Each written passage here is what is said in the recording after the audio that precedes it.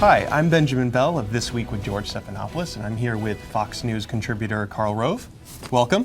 Thanks for having me. Of course. And because we believe all politics is social here at This Week, we're going to put your questions from Facebook to Karl, who was also the Deputy Chief of Staff to President Bush. George W. Bush. Exactly. 43 as opposed to 41. So the first question comes from Rick Gibbs, who says, Karl, what, in your opinion, was the greatest accomplishment of the Bush administration? Well, if you had to pick one, it would obviously be in the aftermath of 9/11, keeping America safe and foiling efforts to follow on the attack of 9/11 with others. Right. And, you know, we actually had a lot of questions about the Iraq War, obviously. You know, when you think about it 10 years after the invasion, we just passed that anniversary, do you have any regrets, or is there anything you look back on and think to yourself, I would have done that differently? Sure, of course. I mean, look, at the end of any conflict, I bet people look back and clearly have regret about the loss of life. And clearly, I mean, everything in hindsight, becomes clear as to what you should have done or shouldn't have done. Every conflict is like that. But the world is a safer place with Saddam Hussein gone.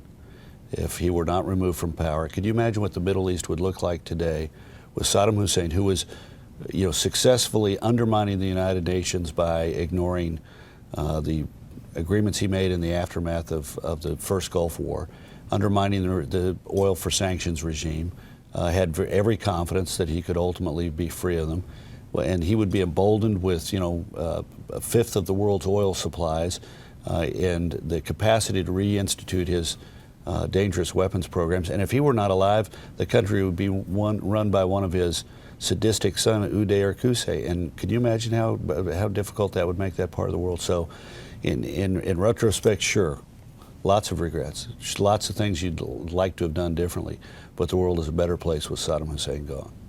Okay. The next question comes from Kenneth Jarrell, and he says, is Chief Justice Roberts a disappointment? Obviously, he had that critical ruling over the Obama health care mandate. Right. Well, in one sense, yeah, you wish he'd gone on the other side and been 5-4, declaring it unconstitutional. On the other hand, when you appoint somebody because of their character, their convictions, their abilities, and not because you have a belief, a confidence in a foreordained outcome in any given decision.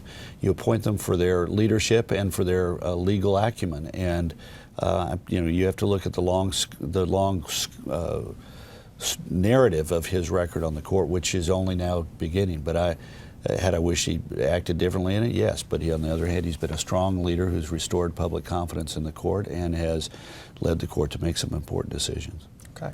And two more lighthearted questions here. How do you feel about Stephen Colbert's Big Canned Ham rendition of Your Head? That comes from Gary Steele. Have you seen it? Well, yeah. Look, he's an entertainer, so he gets to be funny and exaggerate things and so forth. Though I have to admit, when he took out the knife and started stabbing it, I think he might need a little bit of professional counseling on his anger management issues. That was I don't know whether that was working out his inner feelings or encouraging maybe somebody to maybe mimic him or just sort of being funny. But there was a little bit of, anxiety in his stabs there. So. Okay. And what do you think of President Bush's paintings? Have you seen them?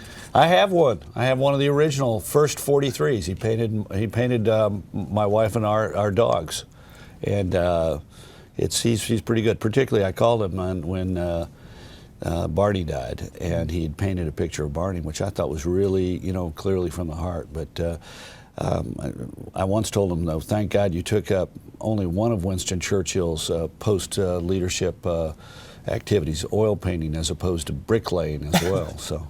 Okay, and now it's time for our lightning round. iPhone or BlackBerry? iPhone, of course. Okay. Favorite movie of the year? Well, of the last 12 months, Sure. It's a tie. Skyfall and Lincoln. I enjoyed both of them immensely. Best Bond movie ever, and a really fine movie on Lincoln. Great movies. And finally, comfort food. Fried chicken. Okay, fried chicken. Well, thank you for taking the time to join us today, those Karl. Those last three questions were really critical. I'm really glad we had a chance to explore them in depth. They're very, very important. Yeah. Now, what's your iPhone or BlackBerry? iPhone. Favorite movie the last 12 months? Argo. Argo. Interesting choice. Comfort food? Peanut butter and jelly. There we or go. maybe Elvis peanut butter and bananas, and I think it's with bacon. But thank you. Yeah, but don't. You got to give up that habit early, man. Okay, Give up that habit early. I will. I promise. good, excellent. Well, thank you so much for taking time to join us this morning, Karl, and thank you to everyone who submitted their questions. You can follow us on Facebook at facebook.com/thisweekabc and on Twitter at thisweekabc.